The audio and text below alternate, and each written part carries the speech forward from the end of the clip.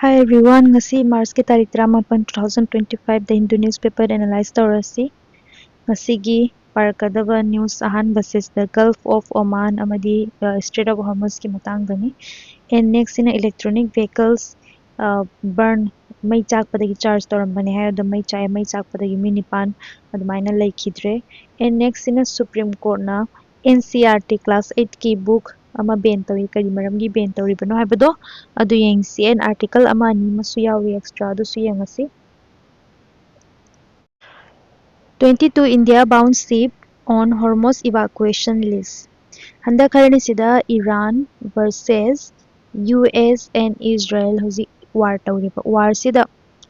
हाइरिबसिगी Iran ना capture तो Iran ना कंट्रोल तो रिवर स्ट्रेट ऑफ हॉर्मुज है सिगी स्ट्रेट ऑफ हॉर्मुज सिदा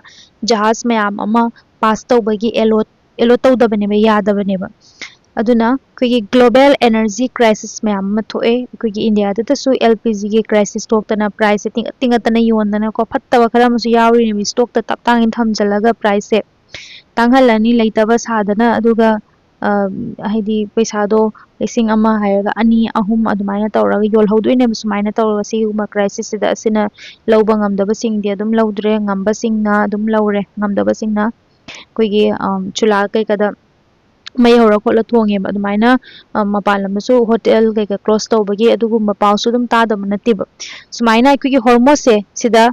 koi prithvi gi oina global gi 20% global gi oil se passes sidagi taweba puthok pujin tawba hai tare 20% aduga india gi oina di mafam sidagi 80% koigi oil se sidagi pass toyba ko 80% oil lpg si mayam se aduna hoji ꯑꯩꯈꯣꯏꯒꯤ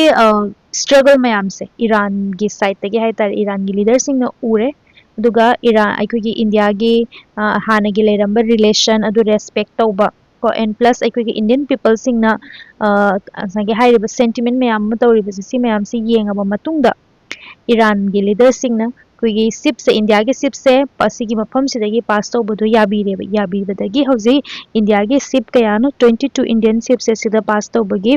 evacuation list da yaure 22 sida 20 ama yamna important oiba adugumba energy gi darkar ta bhai tare LNG sida yaure se LPG crude oil petrol diesel mayam ama yauriba si mayam se koina kai kai decision na electricity da sema matamda aduga transportation dum petrol diesel adu cooking gas si mayam sida season ba ko yam important oiba hai tare backbone hai tare economy gi aduna sumaina sum laaba matungda hojiki hairibasigi Gulf of Oman se danger zone haina koiba hoji lan gi oina maramdi bom thada bajo sidane bi specially thadari se kitang se pass tawrani swai da bom khara thadarani swai pala hujraga di swai sidane ba aduga sumaina sigi mafam se aduna ngasai gi bombarding do yam kan bani na swai se kuina danger zone hai koiba sigi danger zone se lan thongna bagi tamte Indian Navy na chu si mafam sidagi adum kana id security ka pidana dumaina after Hormuz ki matungda Gulf of Oman se attack zone se sigi se khara lan thwa leba dumaina sigi port sing se koigi Mundra port sigi ship sing se karamba port laktuina Mundra port laktuine Mundra port se Adani port hana su khangnei ba sigi port sida la aneba sini articles diya hoise next taurasi next ina 8 dead after EV explode while being charged at indoor residence haujikan se electronic vehicles se hauji ikuna petrol diesel gi yamna कहने तांगबा और plus petrol diesel बुरक्तबा पुसंदबा अदुना गाड़ी थौबा खोटबा transportation सु मैम प्रॉब्लम लाइदना एंड प्लस पेट्रोल डीजल से ना कोई पोल्यूशन सु मैम अमा हाइतारे खुद यावरी बनेबा अदुना साइगे चाइना रोम द येंगुरागदि चाइना रोम ददि इलेक्ट्रॉनिक व्हीकल्स एदुकी मति कहने मोइदी अयाम बना इलेक्ट्रॉनिक व्हीकल्स ने सीजनरी से इंडिया दसु तपना तपना हौजी इलेक्ट्रॉनिक व्हीकल्स तपना तपना चेंज लाएबा बट कोई सेफ्टी की सिग याम कंसर्न होइरिबो को इलेक्ट्रॉनिक व्हीकल से सिजनेबल खता होइबनिना कोई सिदा सेफ्टी की कंसर्न में याम लाइरिबा दुमाइना खंगहौदना ngarang se indoor da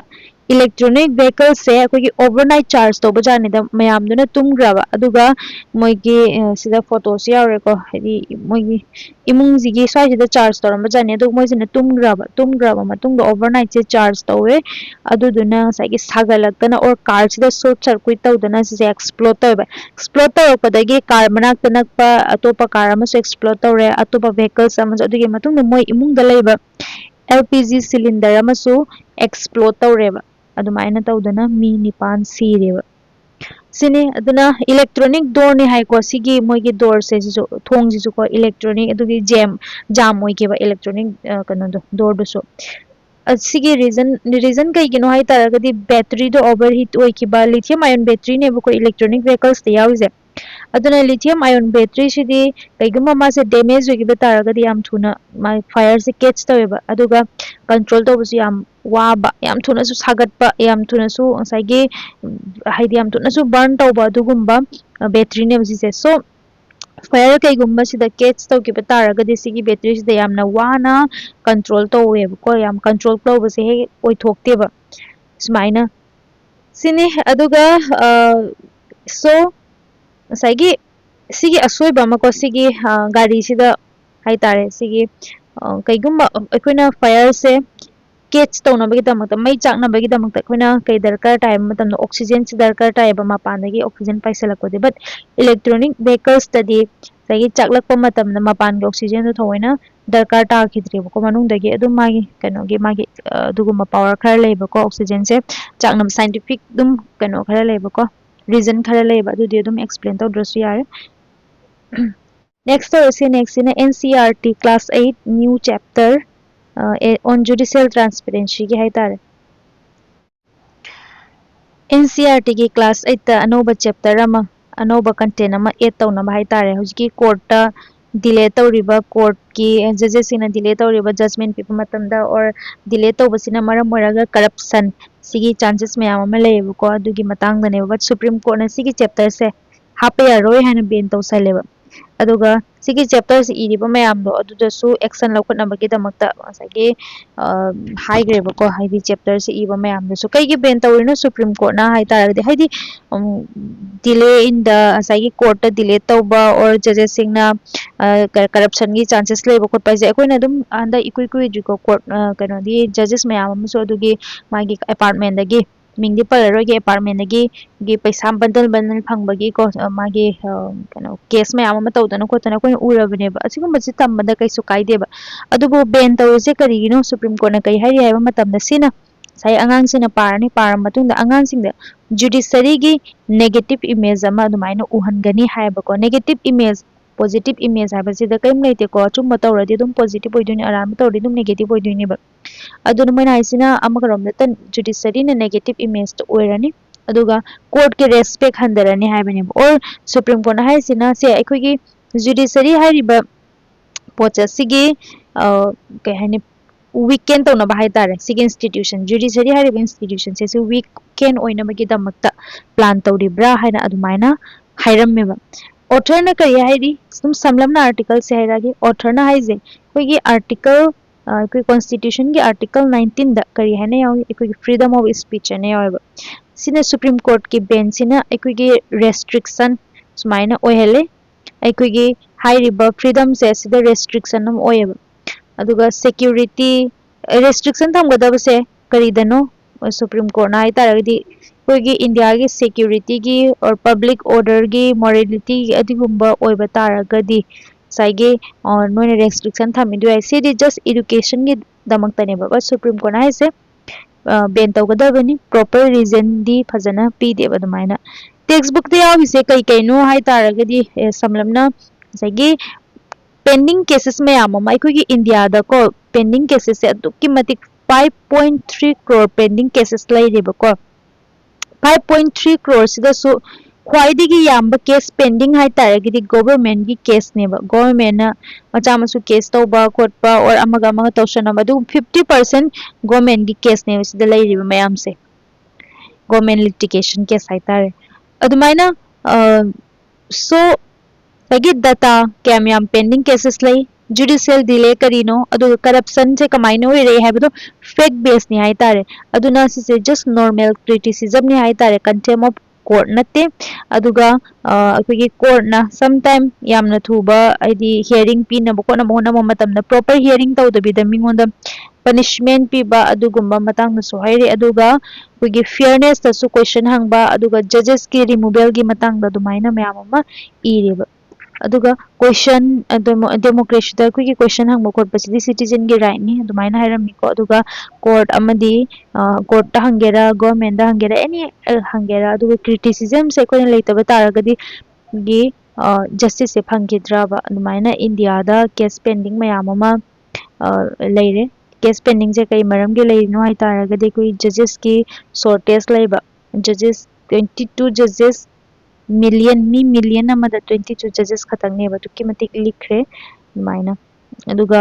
procedure delay am ohen ba hai tare aduga infrastructure hana gi thaina gi infrastructure model do dum leiba technology modern tech asi sing je upgrade taw daba adu mayam gi reason nasu India da hoji judicial cases se mayam ama pending da mayam ama lei ne reason hai hai tare sini next or si next na Israel is an apartheid state. Peace in West Asia is far off. Howzi ke haino si article si dai se interview ma khakni si se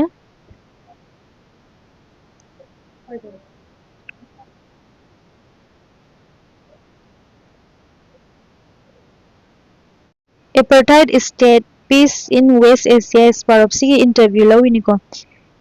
Gideon Levy hai ba si se Israel gi journalism ne ba mana magi opinion khara hairak pa hai tare Israel hoji especially Gaza da Lebanon da Iran da tension thoiba aduga Palestinian gi situation aduga weather sagi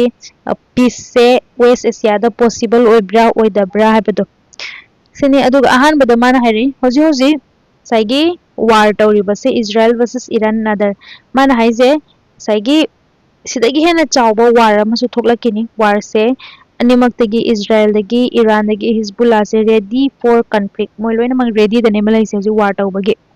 aduga war isina kanano ordinary people kugi suffer tawi aduduna leader sing se kugi dangerous oiba decision semi haina adumaina maina hairami ani subda Israel na military se yam sathina use tawi haina adumaina hairami ba magi according to him ngasai gi war se tasengna ma hai targadi last option oigadamne ba adubu Israel nadi war se last option oina laude first choice oina lawi haiba ko aduna sigi mindset se asagi society se mukhena violence sembani aduga peaceful solution mayam ama laigedabdo adu peaceful solution singi lambi do hat pani han adumaina hairameba aduga Palestinian gi singi situation Palestinian mayam ama millions of daily suffer tawine aduga numit kuningi migi yum may thadokpa or yum thugaiba or yamna life to yam difficult or have restriction adu dana mana masagi real solution do adu thabak tawgadamani masagi war sini kaimto oiro hena adumaina hairameba aduga sigi problem se over 100 years so adum continue tawgini masumaina kaigino hai taragadi solution tawnabagi damakta kadamta kaimta haina de haina adumaina hairameba and next sina mana kai hairami saigi apartheid state and is apartheid is man is Israel se nom ge apartheid state taragadi saigi different rules oiba aduga and right for different groups of people habidi Palestinian singina right leitaba aduga Israel sing sigina right leiba adumaina amagina hena right leiba amagina right amata leitaba hai tongan ba adumaina apartheid state amo oireba and aduga Hezbollah amadi Lebanon gi matang so Israel nang saigi Hezbollah je tasengna makti ma je kaino weekend oina magi damakta hotnayeba adubu Hezbollah se nomagi stronger way aduna mana hairiba military action tawiba mayam do Israel na problem se solve tawba ngamde hena adumaina hairami adugi matungda hojik peace oiba ngamdrise karigino peace se difficult oirise kaigino haiba matamda reason ahum khukpirameba ahan bada hairiba leader sing se war tawbana pamjayeba moi diplomacy dagi war tawbana especially Israel war tawbana pamjay moi diplomacy pamdeba ani subada ngasai people sing je sai fear nationalism adum ngasai development dagi handoga mi sing ki hanba fear adum ki hala thamba duga nationalism war tawba taragadi government da kanan question hangdoino natra government vote tawraroi go paliba miduna adum pala lairagani adumaina ki hala thamba and subasina ngasai Palestinian gi issue je solve tawnabagi damakta ꯀꯩꯝꯇ effort ꯑꯝꯇ ꯂꯧꯗꯦꯕ ꯑꯗꯨ ꯉꯁꯥꯏꯒꯤ ꯃꯥꯅ peace committee form ꯇꯧꯕ ꯑꯗꯨ ꯑꯗꯥ ꯍꯥꯏꯗꯣ ꯑꯗꯨꯝ ꯃꯣꯏꯗꯤ capture ꯇꯧꯅꯕ ꯃꯐꯝꯗꯣ ꯄꯨꯔꯥ control ꯇꯧꯅꯕꯒꯤꯗꯃꯛꯇꯅꯦꯕ and next ꯁꯤꯅ future ꯑꯩꯈꯣꯏꯒꯤ future ꯗ peace ꯁꯦ ꯀꯃꯥꯏꯅ ꯑꯣꯏꯔꯛꯀꯅꯤ ꯍꯥꯏꯕ ꯇꯥꯔꯒꯗꯤ ꯃꯥꯅ hopeful ꯑꯣꯏꯗꯦ ꯍꯥꯏꯅ ꯍꯥꯏꯔꯝꯃꯦꯕ ꯉꯁꯥꯏꯒꯤ peace ꯁꯦ ꯁꯨꯡꯑꯣꯏ ꯑꯣꯏꯔꯣꯏꯗꯕꯒꯤ ꯃꯑꯣꯡꯗ ꯁꯤꯒꯤ ꯄꯣꯠꯁꯦ ꯑꯣꯏꯊꯣꯛꯇꯧ ꯃꯥꯟꯗꯦ ꯀꯩꯒꯤꯅꯣ ꯍꯥꯏꯇꯥꯔꯒꯗꯤ ꯍꯧꯖꯤꯛ ꯐꯥꯎꯕ violence ꯑꯗꯨꯝ continue ꯇꯧꯔꯤ ꯁꯤꯆꯨꯋꯦꯁꯟꯁꯦ ꯁꯤꯗꯒꯤ ꯍꯦꯟꯅꯁꯨ worse ꯑꯣꯏꯔꯛꯈꯤꯅꯤ ꯑꯗꯨꯒ peace ꯇꯧꯔꯛꯄ ꯃꯇꯝꯗ ꯇꯧꯔꯛꯄ ꯇꯥꯔꯒꯗꯤ ꯌꯥꯝ ꯀꯨꯏꯅ ꯃꯇꯝꯗꯣ ꯆꯪꯒꯅꯤ ꯍꯥꯏꯅ ꯑꯗꯨꯃꯥꯏꯅ ꯃꯥꯅ ꯍꯥꯏꯔꯝꯃꯦꯕ ꯃꯥꯁꯦ ꯏꯖꯔꯥꯏꯜꯒꯤ ꯃꯤꯅꯤꯀꯣ ꯑꯗꯨ ꯇꯥꯔꯒꯁꯨ ꯃꯥꯁꯦ ꯑꯗꯨꯝ ꯈꯔꯗꯤ ꯑꯆꯨꯝꯕ ꯑꯗꯨꯝ ꯉꯥꯡꯉꯦꯕ ꯉꯁꯤꯒꯤ ꯑꯔꯣꯏꯕ ꯑꯥꯔꯇꯤꯀꯜ ꯇꯧꯔꯁꯤ ꯁꯤꯅ what is the new in transgender right transgenderꯁꯤꯡꯒꯤ rightꯀꯤ ꯃꯇꯥꯡꯗꯅꯤ ꯑꯥꯔꯇꯤꯀꯜꯁꯤꯗ ꯉꯁꯥꯏꯒꯤ amendment ꯍꯥꯟꯅꯒꯤ changes ꯇꯧꯔꯛꯄ ꯀꯣ Indian governmentꯅ transgender person protection of right act 2019 ꯍꯥꯏꯕ ꯑꯗꯨꯒꯤ ꯃꯇꯥꯡꯗꯅꯦꯕ ꯁꯤꯗ ꯀꯔꯤ ꯀꯔꯤ ꯆꯦꯟꯖ ꯇꯧꯔꯤꯕꯅꯣ ꯑꯗꯨꯒ ꯀꯔꯤꯒꯤꯅꯣ ꯇ꯭ꯔꯥꯟꯁꯖꯦꯟꯗꯔꯁꯤꯡꯁꯤꯅ ꯋꯥꯔꯤꯕꯁꯦ ꯍꯥꯏꯕꯗꯤ ꯁꯤꯒꯤ ꯀꯩꯅꯣꯁꯤꯒꯤ ꯍꯥꯏꯇꯥꯔꯦ ꯕꯤꯜꯁꯤꯒꯤ ꯃꯇꯨꯡ ꯏꯟꯅ ꯑꯗꯨꯒꯤꯅꯦꯕꯀꯣ 2014ꯗ ꯑꯩꯈꯣꯏꯒꯤ 2014ꯗ ꯁꯨꯄ꯭ꯔꯤꯝ ꯀꯣꯔꯠꯅ ꯀꯣ in NALSA versus Union of Indiaꯒꯤ ꯀꯦꯁ ꯑꯃꯗ ꯁꯨꯃꯥꯏꯅ ꯍꯥꯏꯌꯦꯕꯀꯣ every person ꯃꯤ ꯈꯨꯗꯤꯡꯃꯛꯀꯤ ꯃꯥꯒꯤ gender choose ꯇꯧꯅꯕꯒꯤ ꯉꯁꯥꯏꯒꯤ ꯀꯩ ꯍꯥꯏꯅꯤ their own gender identity right to choose their own gender identity ꯍꯥꯏꯅ ꯍꯥꯏꯔꯝꯃꯦꯕꯀꯣ ꯃꯁꯥ ꯃꯁꯥꯒꯤ gender identityꯗꯣ ꯃꯁꯥꯅ rightꯅꯤ choose ꯇꯧꯕꯒꯤ ꯍꯥꯏꯅ ꯉꯁꯥꯏꯒꯤ ꯑꯩꯈꯣꯏ ꯃꯤ ꯑꯃꯒꯤ freedom of dignity ꯍꯥꯏꯗꯤ freedom and dignity ꯍꯥꯏꯕꯀꯣ ꯁꯤꯒꯤ ꯀꯣꯏꯁꯟꯅꯦꯕ freedom and dignity ꯑꯗꯨꯒꯤ ꯃꯇꯨꯡꯗ ꯁꯤ 2014ꯒꯤ ꯋꯥꯔꯤꯅꯤ next 2019 ꯂꯥꯛꯈ꯭ꯔꯦ 2019ꯗ ꯒꯣꯔꯃꯦꯟꯅ ꯂꯣ ꯑꯃ ꯁꯦꯝꯗꯣꯏꯕ ꯇ꯭ꯔꯥꯟꯁꯖꯦꯟꯗꯔꯒꯤ ꯔꯥꯏꯠꯁꯦ ꯄ꯭ꯔꯣꯇꯦꯛ ꯇꯧꯅꯕꯒꯤꯗꯃꯛꯇ ꯆꯦꯟꯖꯦꯁꯁꯤꯗ ꯀꯔꯤ ꯀꯔꯤꯅꯣ propose ꯇꯧꯔꯤꯁꯦ ꯍꯥꯏꯇꯥꯔꯒꯗꯤ ꯑꯍꯥꯟꯕꯗ transgender person ꯍꯥꯏꯁꯦ ꯀꯅꯥꯅꯣ ꯍꯥꯏꯁꯦ ꯐꯖꯅ definition ꯑꯃ ꯄꯤꯕ ꯑꯗꯨꯒ ꯃꯃꯥꯡꯗꯗꯤ ꯀꯩꯅꯣ ꯇ꯭ꯔꯥꯟꯁꯖꯦꯟꯗꯔꯁꯦ ꯑꯗꯨꯝ ꯑꯦꯅꯤ ꯑꯩ ꯏꯁꯥꯁꯦ ꯇ꯭ꯔꯥꯟꯁꯖꯦꯟꯗꯔꯅꯤ ꯑꯣꯔ ꯅꯠꯇ꯭ꯔꯒ ꯃꯥꯁꯦ ꯇ꯭ꯔꯥꯟꯁꯖꯦꯟꯗꯔꯅꯤ ꯃꯥꯅ ꯑꯗꯨꯝ ꯂꯥꯛꯑꯒ ꯑꯗꯨꯝ ꯑꯩꯁꯦ ꯇ꯭ꯔꯥꯟꯁꯖꯦꯟꯗꯔꯅꯤ ꯂꯣꯏꯅꯃꯛ ꯍꯥꯏꯕ ꯌꯥꯏꯑꯕ ꯑꯗꯨꯕꯨ ꯍꯧꯖꯤꯛꯀꯤ ꯑꯅꯧꯕꯁꯤꯗꯅ ꯉꯁꯥꯏꯒꯤ ꯗꯦꯐꯤꯅꯤꯁꯟꯁꯦ ꯃꯦꯗꯤꯀꯦꯜ ꯑꯦꯟ ꯕꯥꯏꯑꯣꯂꯣꯖꯤꯀꯦꯜ ꯑꯣꯏꯇꯥꯕ ꯃꯥꯁꯦ ꯆꯦꯛ ꯐꯖꯅ ꯇꯧ ꯇꯥꯕ ꯃꯦꯗꯤꯀꯦꯜꯒꯤ ꯁꯔꯇꯤꯐꯤꯀꯦꯠꯀꯨꯝꯕ ꯑꯃ ꯄꯥꯏ ꯇꯥꯕ ꯏꯟꯀ꯭ꯂꯨꯗ ꯉꯁꯥꯏꯒꯤ ꯏꯟꯇꯔꯁꯦꯛꯁꯀꯤ ꯀꯟꯗꯤꯁꯟ ꯑꯣꯔ ꯍꯣꯔꯃꯣꯟ ꯑꯣꯏꯁꯅꯨ ꯀ꯭ꯔꯣꯃꯣꯖꯣꯝ ꯕꯣꯗꯤ ꯐꯤꯆꯔꯁꯤꯡꯁꯦ ꯂꯣꯏꯅꯃꯛ ꯍꯥꯏꯇꯥꯔꯦ ꯑꯗꯨꯗꯨꯅ ꯁꯤꯁꯦ ꯉꯁꯥꯏꯒꯤ ꯁꯦꯜꯐ ꯑꯥꯏꯗꯦꯟꯇꯤꯇꯤꯗ ꯐꯣꯀꯁ ꯇꯧꯔꯛꯇꯕ ꯍꯥꯏꯇꯥꯔꯦ ꯍꯟꯊꯔꯛꯄ ꯁꯦꯜꯐ ꯑꯥꯏꯗꯦꯟꯇꯤꯇꯤꯁꯤꯗ ꯑꯩ ꯏꯁꯥꯒꯤ ꯃꯅꯨꯡꯗꯒꯤ ꯑꯩꯅ ꯀꯔꯤ ꯐꯤꯜ ꯇꯧꯔꯤꯁꯦ ꯑꯁꯤꯁꯦ ꯑꯣꯏꯔꯛꯇꯕ ꯍꯥꯏꯗꯤ ꯕꯥꯏꯑꯣꯂꯣꯖꯤꯀꯦꯜ ꯇꯥꯔꯝꯗ ꯑꯣꯔ ꯅꯠꯇ꯭ꯔꯒꯅ ꯑꯩꯒꯤ ꯀ꯭ꯔꯣꯃꯣꯖꯣꯝꯁꯤꯅ ꯀꯩꯅꯣ ꯑꯩꯒꯤ ꯕꯣꯗꯤ ꯐꯤꯆꯔꯁꯅ ꯀꯃꯥꯏꯅ ꯂꯥꯛꯏ ꯅꯨꯄꯤꯗꯧꯅꯔ ꯅꯨꯄꯥꯗꯧꯅꯔ ꯍꯥꯏꯗꯤ ꯑꯗꯨꯒꯨꯝꯕꯗꯨ ꯃꯌꯥꯝ ꯑꯃ ꯌꯦꯡꯉꯛꯑꯅꯦꯕ ꯑꯗꯨꯒ ꯁꯔꯇꯤꯐꯤꯀꯦꯁꯟꯒꯤ ꯄ꯭ꯔꯣꯁꯦꯁ ꯌꯥꯝ ꯁꯥꯡꯕ ꯍꯥꯏꯇꯥꯔꯦ ꯑꯍꯥꯟꯕꯗ ꯆꯍꯤ ꯃꯃꯥꯡꯗꯗꯤ ꯃꯁꯥꯅ ꯑꯗꯨم ꯑꯩꯁꯦ ꯇ꯭ꯔꯥꯟꯁꯖꯦꯟꯗꯔꯅꯤ ꯍꯥꯏꯅ ꯑꯗꯨꯃꯥꯏꯅ ꯍꯥꯏꯕ ꯌꯥꯏꯑꯕ ꯍꯧꯖꯤꯛꯅ ꯀꯩꯅꯣ ꯗꯤꯁꯇ꯭ꯔꯤꯛ ꯃꯦꯖꯤꯁꯇ꯭ꯔꯦꯠꯇ ꯑꯦꯄ꯭ꯂꯥꯏ ꯇꯧꯕ ꯇꯥꯕ ꯑꯗꯨꯒꯤ ꯃꯇꯨꯡꯗ ꯑꯦꯄ꯭ꯂꯥꯏ ꯇꯧꯕꯁꯤꯗ ꯉꯁꯥꯏꯒꯤ ꯃꯦꯗꯤꯀꯦꯜ ꯑꯦꯛꯖꯥꯃꯤꯅꯦꯁꯟ ꯗꯔꯀꯥꯔ ꯇꯥꯏ ꯑꯗꯨꯒ ꯁꯔꯇꯤꯐꯤꯀꯦꯠꯇꯣ ꯐꯪꯗ꯭ꯔꯤꯉꯩꯗ ꯃꯥꯅ ꯍꯥꯟꯅ ꯄ꯭ꯔꯨꯐ ꯇꯧꯕ ꯑꯃ ꯗꯔꯀꯥꯔ ꯇꯥꯔꯤꯕ ꯑꯗꯨꯅ ꯁꯦꯜꯐ ꯑꯥꯏꯗꯦꯟꯇꯤꯐꯤꯀꯦꯁꯟꯁꯦ ꯑꯗꯨꯛꯀꯤ ꯃꯇꯤꯛ ꯍꯥꯔꯠ ꯑꯣꯏꯍꯟꯕ ꯍꯥꯏꯇꯥꯔꯦ ꯑꯦꯟ ꯅꯦꯛꯁꯁꯤꯅ ꯑꯩꯈꯣꯏꯅ ꯉꯁꯥꯏꯒꯤ ꯁꯔꯖꯔꯤ ꯔꯤꯀ꯭ꯋꯌꯔꯃꯦꯟ ꯀꯅꯥꯒꯨꯝꯕ ꯃꯥꯒꯤ ꯖꯦꯟꯗꯔ ꯆꯦꯟꯖ ꯇꯧꯒꯦ ꯍꯥꯏꯇꯥꯔꯗꯤ ꯁꯔꯖꯔꯤ ꯔꯤꯀ꯭ꯋꯌꯔꯃꯦꯟ ꯑꯃ ꯏꯟꯗꯥꯏꯔꯦꯛ ꯁꯤꯁꯨ ꯄ꯭ꯔꯦꯁꯔ ꯑꯃꯅꯦꯕ ꯃꯣꯏꯗ ꯉꯁꯥꯏꯒꯤ ꯀꯩꯅꯣꯁꯦ ꯖꯦꯟꯗꯔ ꯀꯩꯅꯣꯁꯦ ꯑꯥꯏꯗꯦꯟꯇꯤꯇꯤꯁꯦ ꯉꯁꯥꯏꯒꯤ ꯖꯦꯟꯗꯔ ꯆꯦꯟꯖꯤꯡꯁꯦ ꯑꯣꯐꯤꯁꯤꯌꯦꯜꯂꯤ ꯇꯧꯅꯕꯒꯤꯗꯃꯛꯇ ꯃꯦꯗꯤꯀꯦꯜ ꯄ꯭ꯔꯣꯁꯤꯖꯔ ꯃꯌꯥꯝ ꯑꯃ ꯂꯥꯏꯛ ꯁꯔꯖꯔꯤꯁꯦ ꯁꯤꯁꯨ ꯗꯔꯀꯥꯔ ꯇꯥꯔꯛꯄ ꯌꯥꯏꯑꯕ ꯕꯠ ꯃꯃꯥꯡꯗꯗꯤ ꯑꯗꯨꯒꯤ ꯄꯣꯠꯇꯣ ꯁꯔꯖꯔꯤ ꯇꯧꯔꯁꯨ ꯌꯥꯏ ꯇꯧꯗ꯭ꯔꯁꯨ ꯌꯥꯏ ꯍꯥꯏꯅ ꯑꯗꯨꯒꯤ ꯄꯣꯠꯇꯣ ꯑꯃ ꯂꯩꯔꯝꯃꯦꯕ ꯁꯤꯅꯦ ꯑꯗꯨꯒ